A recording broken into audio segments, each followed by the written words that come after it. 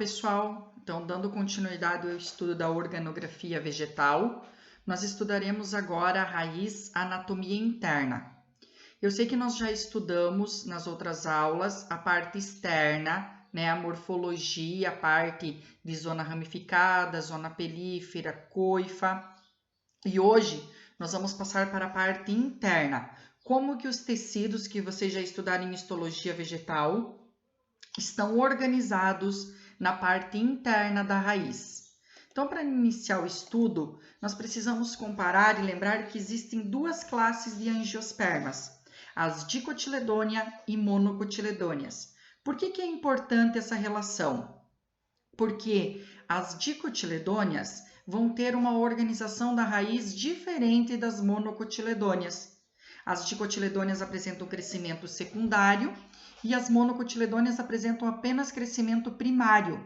Então, é importante que nós tenhamos a noção de que há necessidade de entender quais plantas, certo? Quais espécies são dicotiledôneas e quais espécies são monocotiledôneas, porque serão utilizadas como parâmetro de estudo. Então, relembrando um pouquinho da parte externa, as raízes das dicotiledôneas apresentam um eixo principal e delas partem aqui as raízes secundárias. Já as monocotiledôneas, elas apresentam a raiz em forma fasciculada ou em cabeleira e por isso vão apresentar essa raiz aqui toda diversificada e multiplicada. Mas o objetivo da aula de hoje é entender como que a raiz está organizada internamente. Então, a estrutura primária é quando a raiz está crescendo longitudinalmente. Então, crescimento primário, em direção ao centro da terra e não em espessura. Quem que vai estar envolvido nesse crescimento primário? Os meristemas primários. Então, tem que recapitular lá os primeiros tecidos que nós estudamos em histologia vegetal. Então, eu vou ter a protoderme, que vai dar origem à epiderme, o meristema fundamental, que vai dar origem a exoderme, parênquima e endoderme, que forma o córtex da raiz, que a gente já vai entender o que é, e o procâmbio, que é o meristema primário que dá origem aos tecidos de condução, o xilema e o floema. Então, esses aqui são os meristemas primários que darão origem aos tecidos adultos e que, portanto, vai ser responsável pelo crescimento primário. O crescimento primário está presente tanto em mono quanto em dicotiledônia. Então, morfologia interna da raiz, estrutura primária das monocotiledôneas. Como que está organizada a raiz de uma monocotiledônia? Externamente revestindo ela o tecido de proteção, a epiderme. Então, a epiderme é o tecido que reveste ela externamente, que nessa figura a gente consegue observar as células pavimentosas da epiderme. Logo abaixo da epiderme, certo? Nós vamos ter o córtex. O que é o córtex? É a parte da raiz preenchida por tecido parenquimático. E o córtex termina exatamente na endoderme. A endoderme é um conjunto de células pavimentosas que tem a função de controlar o que vai entrar no cilindro vascular aqui no meio. Então, anatomicamente, a raiz das monocotiledôneas tem uma parte externa, chamada córtex, e uma parte interna, chamada de cilindro vascular. O cilindro vascular ganha esse nome porque é onde estarão os vasos condutores de seiva, por isso cilindro vascular, e ele está internamente à endoderme. Uma característica bem importante que você tem que estar atento sobre a raiz é que na raiz de monocotiledônia, o xilema, que vocês já estudaram, e é o tecido sempre interno, o xilema vem voltado para dentro, e o floema vem voltado para fora. E como que eles estão distribuídos no cilindro vascular? O xilema está nesse formato concêntrico, certo?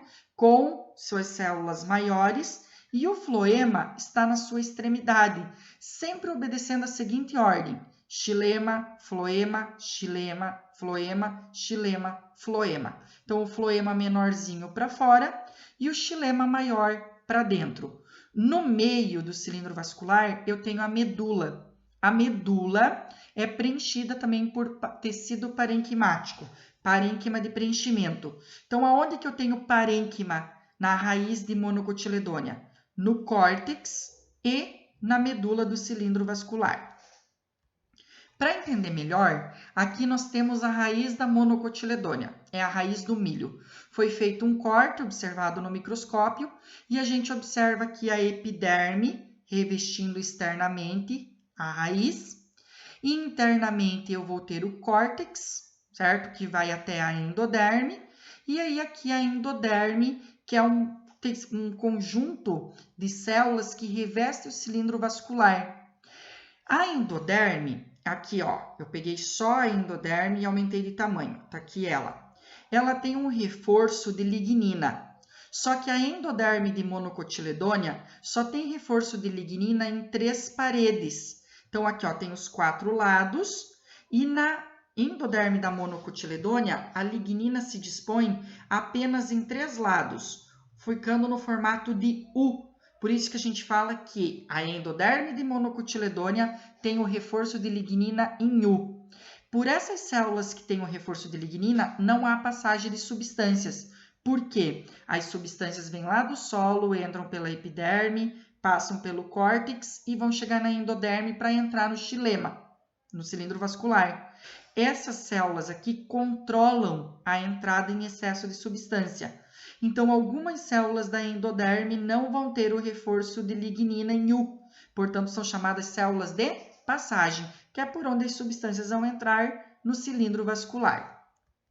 Então, tá aqui a característica geral da raiz de monocotiledônia, a epiderme, certo, externamente, o córtex, que é preenchido por tecido parenquimático, a endoderme, formado aí por reforço de lignina em U, e o cilindro vascular contendo os vasos condutores. Esses aqui em branco, de maior calibre para dentro, disposto em círculo, xilema. E para fora, de forma alternada, menorzinho, o floema, certo? Aqui novamente a ênfase é endoderme, certo? A parte interna. Aqui o xilema. E esse pequenininho em azul aqui, o floema. Professor, e todos esse restante de células aqui, essas células aqui globosas, circulares e essas? Essa é a medula que é o parênquima medular. E aqui é o parênquima de preenchimento. Então, no cilindro vascular tem também parênquima? Sim, preenchendo os espaços entre o xilema e o floema ou compondo a medula, certo? Então, novamente, aqui a epiderme, toda a parte do córtex, a endoderme e o cilindro vascular, contendo o xilema e o floema de forma concêntrica e alternada. Morfologia interna da raiz de dicotiledônia. A estrutura primária e secundária. Por que secundária? Porque a raiz de dicotiledônia cresce em espessura, além de longitudinalmente. Então, nós vamos ter aqui, certo, à disposição. Observem que a principal diferença da raiz de dicotiledônia para monocotiledônia é justamente a disposição do xilema. Na dicotiledônia, o xilema está em forma de cruz e o floema na sua extremidade. Observe que sempre o xilema maior, tomando conta de todo o espaço aqui do meio do cilindro vascular, e aqui o floema no seu entorno. Então, é uma diferença bem discrepante. Monocotiledônia está lá concêntrico. Dicotiledônia, o xilema sempre está em forma de cruz ou X.